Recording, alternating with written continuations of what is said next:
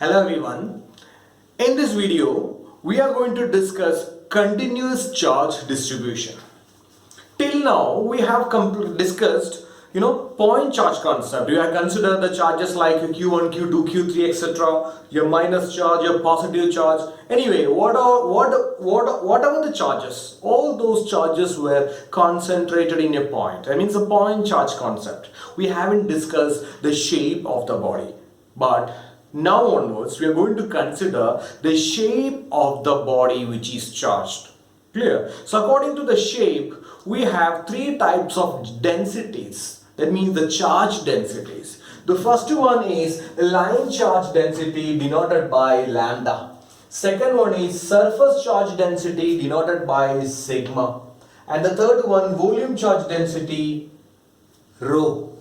So let's discuss first line charge density. For example, we have a linear wire. We have a wire and it is uniformly charged, or anyway it is charged. Clear? So the net charge is Q, and if the length of the wire, if it is L, then the line charge density or linear charge density is lambda. It means the charge per length. Charge per length. What is its SI unit? So its SI unit will be charge by length. So that is coulomb per meter. So this is the equation of lambda, line charge density. Similarly, let us the next one, surface charge density. If you have a plain sheet, okay, a lamina or a plain sheet which is uniformly charged, or anyway the charge is the net charge is Q. The net charge in this body is Q, and the area of this plane is A. So the surface charge density sigma means the net charge divided by the area. Clear? That is sigma is equal to charge per area. What will be its SI unit? Its SI unit will be charge by area, that is coulomb per meter square. Now the third one, volume charge density. Suppose you consider a three-dimensional body. It has a particular volume and it is completely charged. Clear? So let Q be the charge and the volume is V. Then the volume charge density rho means the net charge per volume. That is rho is equal to Q by volume. What will be its SI unit? So SI unit will be charge by volume, that is coulomb per meter cube.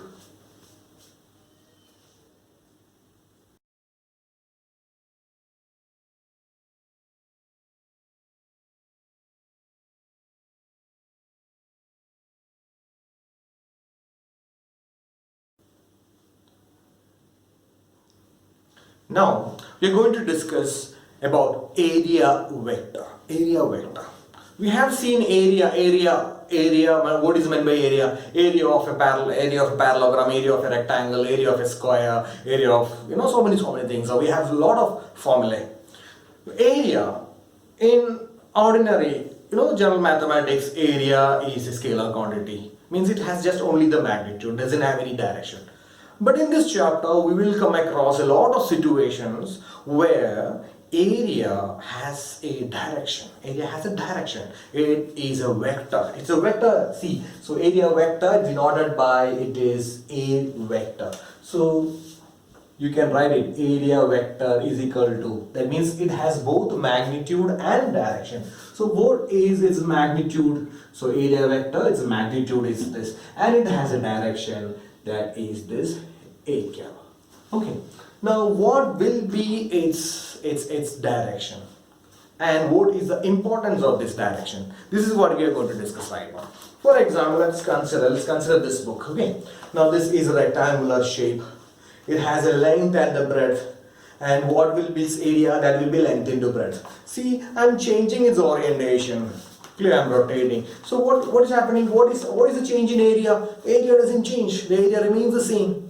But if you consider area vector means an area with direction. See, if this is if this is the area, and see here, this normal in this plane, the normal, an imaginary normal you have to imagine, and that imaginary, let's for example this sketch, let it be. So this is the direction of this area. Now you can see here, this is a plane, it's area, and this is the direction, the normal. Okay, now see here, I'm going to change its orientation. See here, I'm rotating this.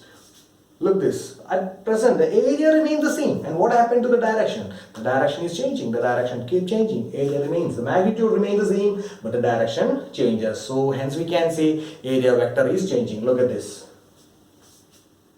or we move it. Okay, so this is all about area vector.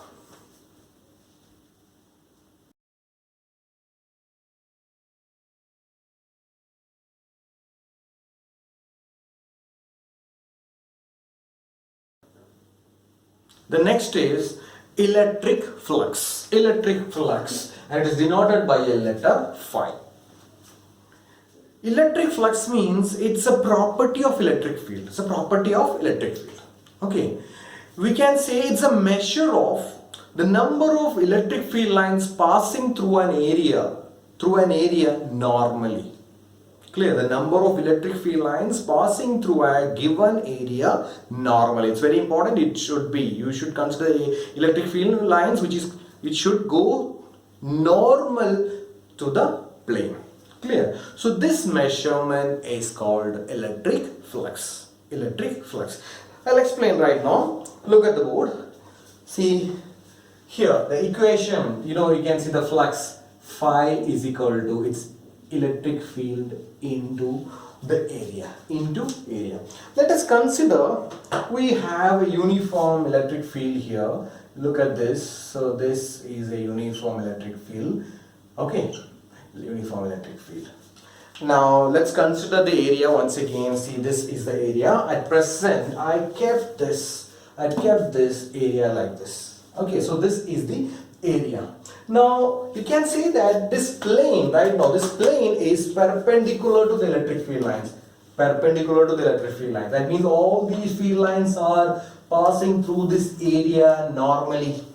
Okay, let's imagine only this many lines are passing. Okay, and all of them are normal to it. Normal means perpendicular to this one. Okay, now actually what is the angle between electric field and the area vector? If you consider this is a surface, so this sketch, it is the area vector direction. Now look at this, the area vector and the electric field both are in the same direction. Now in this case theta is equal to 0. Anyway, flux you can write down by this equation. Clear? So I am trying to draw this plane three-dimensional. You have to imagine. So this is the diagram. Clear? So this is the surface. Okay, so there are so many field lines it's passing through it. So I can make it more clear. Instead of drawing so many lines, so what I'm going to show is, let's consider this is their given area, and the net electric field I'm showing in a single line. So the electric field line is this, the net electric field, and here the given area is A, and the area vector direction is this. So this is the area vector direction, and what is the value of theta here? Theta is equal to 0 degree. So the flux is given by the formula phi is equal to EA. Phi is equal to EA. Is it clear? Now I will show you another situation. Right now, see here, I have a number of electric field lines. They are this. Look at this. This is the electric field lines. Okay. Now I am keeping the area here. Listen here. And area I am not changing. Clear? Now in this situation, what will be the flux? Clear? See, it's clear that all these electric field lines passing through this area, they are not normal to the plane. According to the definition of electric flux, what is the definition? It's a measure of number of electric field lines passing through this plane given area normally, but all these are not normal. Clear? So how can you consider, how can you find the flux here? Now listen here. Look at this. So here the area is actually remaining the same. Clear? Only the orientation, this is the area. Orientation of the electric field has changed. So I'm going to make this one in a simple form. For example, this is this area. Okay. Now the electric field lines, I'm going to show a single electric field line, that is the net electric field. Okay. Instead of drawing so many lines, this will be more easy to understand. So now this is the electric field. Electric field. And this is this area of this area plane, and this is the direction of area vector.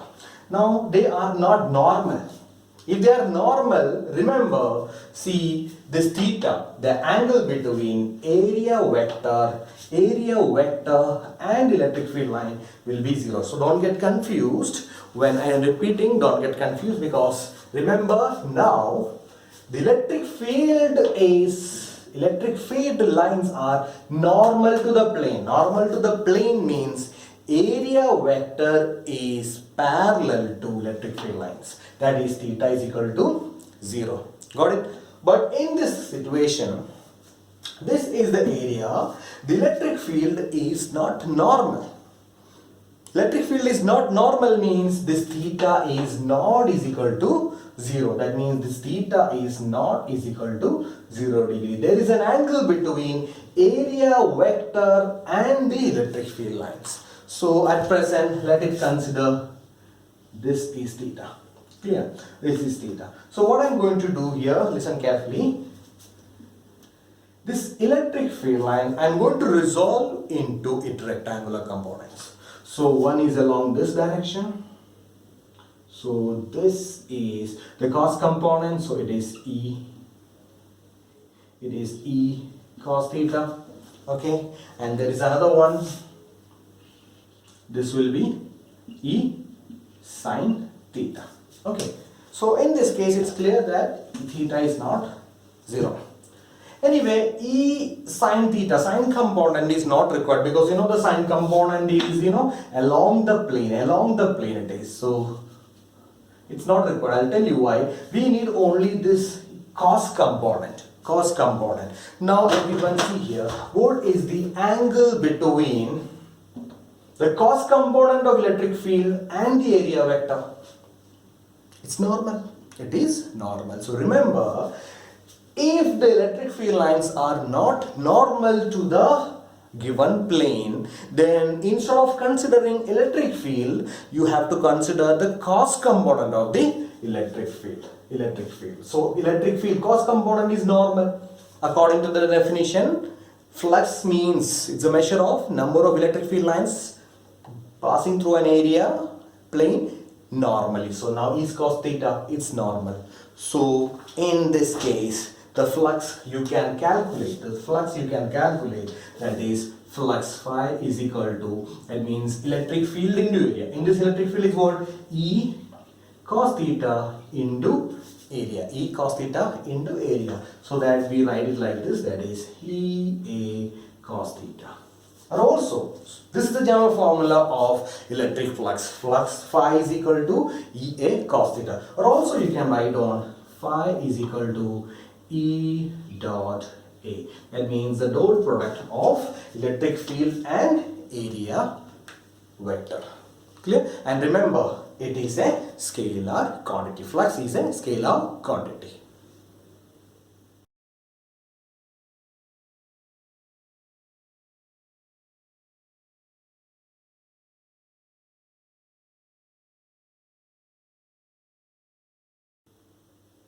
The SI unit of electric flux. Now look at this. Flux is equal to E into A, electric field. Electric field SI unit, you have already seen, that is what? Newton per coulomb. And area is meter square. So it is meter square. So you can write down the SI unit is, it is Newton meter square per coulomb. And electric field has also one more SI unit, that is volt per meter.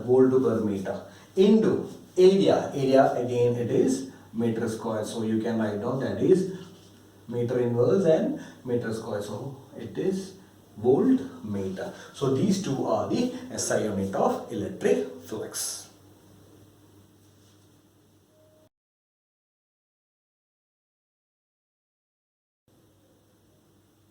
Next topic is Gauss's theorem. Gauss's theorem. Gauss's theorem gives the flux passing through a closed surface. Closed surface, it can be what? It can be a sphere, it can be a cylinder, it can be a cone or any shape, even a regular three-dimensional shape also. Clear? So the flux, if you have a charge placed inside a surface, in a closed surface, so there will be electric field around it and there will be flux through this closed surface. So according to Gauss's theorem, the electric flux through this closed surface, it is phi is equal to, we know that is phi is equal to E dot A, which is equal to 1 by epsilon naught times the net charge enclosed by the closed surface. Imagine there is a charge inside the surface and a closed surface. This closed surface, we call it is Gaussian surface.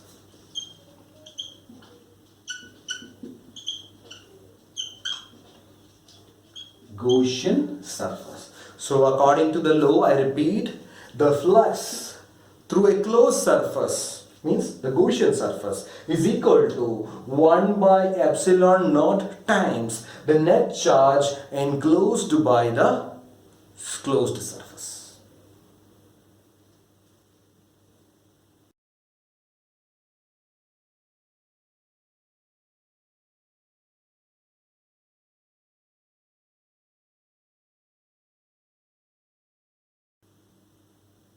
Now, the proof of Gauss's theorem. Okay, so we are going to prove it, that equation which you have seen, that is phi is equal to Q by epsilon naught. Okay, let us consider a point charge Q. So for example, here we have a point charge. So let it be here. So here I have a point charge Q. Okay, and there is a point here. This point is P. Then at a distance R, it's at a distance R from the charge. Now we know that the electric field at point P, electric field will be, it's a positive charge, it will be directed from the charge to infinity. So this is the electric field. Okay, now we are going to prove Gauss's theorem. So in order to apply Gauss's theorem, remember we need a closed surface, that is Gaussian surface. Here we don't have any closed surface. So let us imagine a Gaussian surface. It can be of any shape, but for our convenience, I am going to consider a spherical Gaussian surface. Spherical Gaussian surface with a radius R. With a radius R, and the charge Q will be at the center of the Gaussian surface. So see here, so this is the Gaussian surface. Yeah. So it looks like a circle. It's not a circle, it's a sphere. Okay, what is the radius of the sphere? It is R. It is R. Okay. And now listen carefully. So let me write here. This is the spherical Gaussian surface. So this is spherical Gaussian surface. Okay. Now, let us consider, we are not going to consider the entire surface of the Gaussian surface. Clear? The surface area. Instead of considering the entire, I am going to consider a very small surface at near this point P. So here I am going to consider a very small surface, that is surface area dA. Remember, it's an area vector, so it's dA vector. Clear? What will be the direction of this area vector? It will be normal. So this is the direction of area vector. It's A cap. So remember, in some book it is written N cap. So anyway, I am using A cap. Okay, no problem.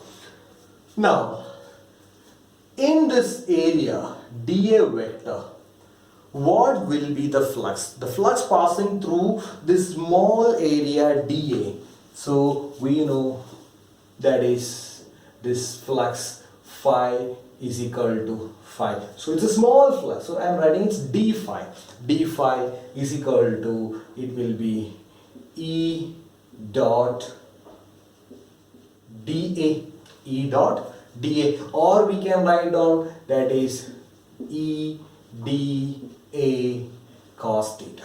Cos theta. What is cos theta? Theta is the angle between area vector and electric field. Now look at this, electric field and area vector has the same direction. Now what is the value of theta here? So it's clear that the theta is 0. So we can say that here this d phi is equal to E dA. Got it? We have already studied the electric field equation. So what will be the value of electric field at this point due to this point charge Q?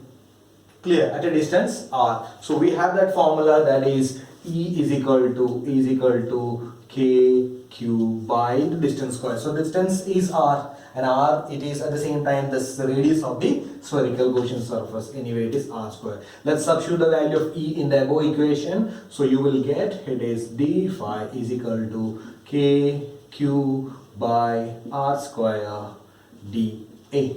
Clear? Now the net flux, this equation gives only the flux through the small area dA. Clear? That is why it's d phi.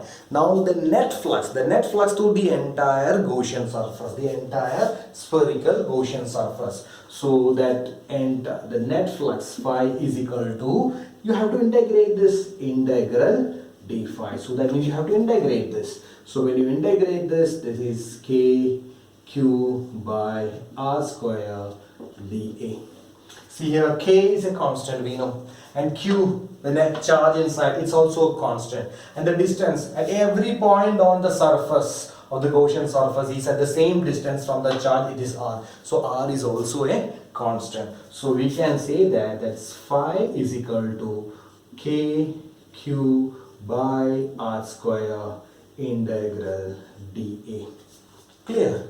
Now in the next line, listen, that is K. I'm going to substitute the value of K. What is the value of K? It is 1 by 4 pi epsilon naught into Q by R square into, when I integrate dA, I'll get the total area of this sphere, and the area of the sphere is 4 pi into radius square, that is 4 pi R square. So that is 4 pi R square. Now look at this, 4 pi R square cut, and finally what is left? So you can see this, that the flux is equal to, what is left here, it's Q divided by epsilon naught. Hence you can, this is proof, because see, this is the equation. According to Gauss's theorem, phi is equal to Q by epsilon naught. So this is the proof of Gauss's theorem.